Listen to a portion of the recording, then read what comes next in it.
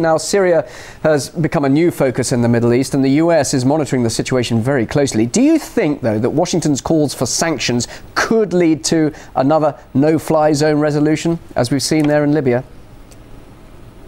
Well, I think we've got a long way to go before we see any form of direct military intervention in Syria. The situation clearly is not ripe for that. What's interesting now is whether Syria, a country that has withstood various degrees of US sanctions over the past decades, will actually be deterred by any further sanctions imposed on it by the international community. I think we have to particularly look at the role of Europe in this case. Europe is responsible for about 20% of Syria's economy, essentially for 20% of Syria's trade. So I think if the Europeans can come up collectively with a message where previously in Libya they failed, then I think we have a very interesting case of whether Syria finds another incentive not to crack down heavily against its own people. You say the situation isn't ripe there, but doesn't the West have a humanitarian obligation when we are seeing reports of civilians being targeted by the authorities? People are dying there. I know we're not getting a clear picture from journalists there, but we're certainly getting pictures from Syrians there themselves. So isn't there an obligation for the West to intervene? One rule for Libya? Surely there's the same rule for Syria. Well, I think that we can only be so far when we go down this line of perspective in terms of comparing the various different scenarios across the Middle East and North Africa. Certainly, the British Prime Minister would say that a certain number of factors have to be met. You have to have international legitimacy through the UN Security Council, you have to have regional backing, and you have to have the capacity to know that your actions will make things better. Now, on all three fronts in Syria, these things are far from clear and far from certain. So I think that it's not simple enough to say, OK, we have the responsibility to protect something that's gone through the UN and was approved in the General Assembly in 2006, yet is yet to be sort of fully codified by the major powers. And instead we have more of an ad hoc coming together of alliances at a deep time of global financial crisis. And people will be very conscious of the fact that Syria is not Libya, and the fact that if you do decide to intervene in Syria, you will have knock-on effects across the region, in Iraq, in Lebanon, to Israel-Palestine, and a scenario that the Western powers feel very dubious about finding themselves sort of neck deep in. Well, as you know, we talked to many analysts on RT and looking at a wider agenda here. Some are saying this isn't just people power, what we see in Libya and what we see in Syria. There's a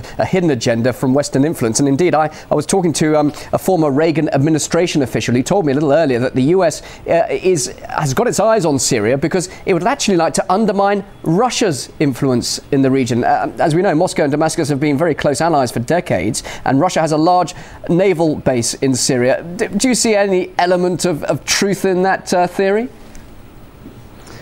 Well, not at the moment. I think that the Americans will be very conscious of the fact that any pressure they put on Syria today will simply force Syria towards more traditional allies such as Iran and, as you mentioned, Russia, a country who has been able to take advantage of the fact that the Europeans and the Americans have largely shunned Syria over the past 10 years, and that has allowed them an opportunity to forge cultural, economic and political links. So I don't think the Americans have that on their mind. I think they're far more concerned with shoring up their traditional interests in the region. And Syria always has a sort of Janus face on this. It represents both sides of the coin. At one point, people thought that the US army would turn left at Baghdad and invade Damascus. That is now a sort of a scenario that is almost totally forgotten. And instead, we're looking at a far more realist policy coming from Washington, looking at potentially engaging Syria. That was before these Arab revolts across the region. And it now seems that the real scenario here is not about Washington or London or even Moscow. It's far more about what the Syrian people and the Syrian military choose to do today, because that is the current conflict line that the country is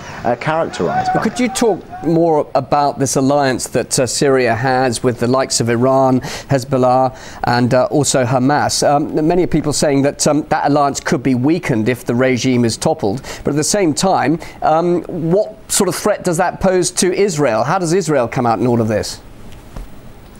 Well, I mean, the regime has been there for decades. So the point is, if it's toppled and if something, if a vacuum occurs in its place, then all bets are off. And we don't know what will happen in Syria in terms of its regional allies, whether the proxies of Hamas and Hezbollah that it supports, or whether it's very traditional ally in Iran. Iran, I think, will be a sort of marker for Syria, a close ally who has put down a popular rebellion of its own in the previous 2 years, and therefore will have some experience and recommendations of how to do that. Yeah, but now, could Iran be drawn into this and be provoked if something, if Syria does become unstable, and indeed if there is foreign intervention there in Syria? Well, those are two very different things, and I certainly think that if there is foreign intervention in Syria, yes, Iran's intervention in response to that is a definite and very real possibility, just as much as it interfered in Iraq when the US invaded that country. However, if Syria's domestic uprising is simply that, and one where there isn't clear and obvious foreign intervention on top of it, then I think the Iranians would find it very hard for their own legitimacy in Syria, an Arab country, as well as the capacity to do it, of putting down someone else's rebellion. So I think those are two very different scenarios. Well, very interesting to hear what you have to say. Thanks very much for giving us your point of view and explaining how you see the situation there developing. James Denslow, as always, good to have you here on RT. Thank you. Thanks, Bill.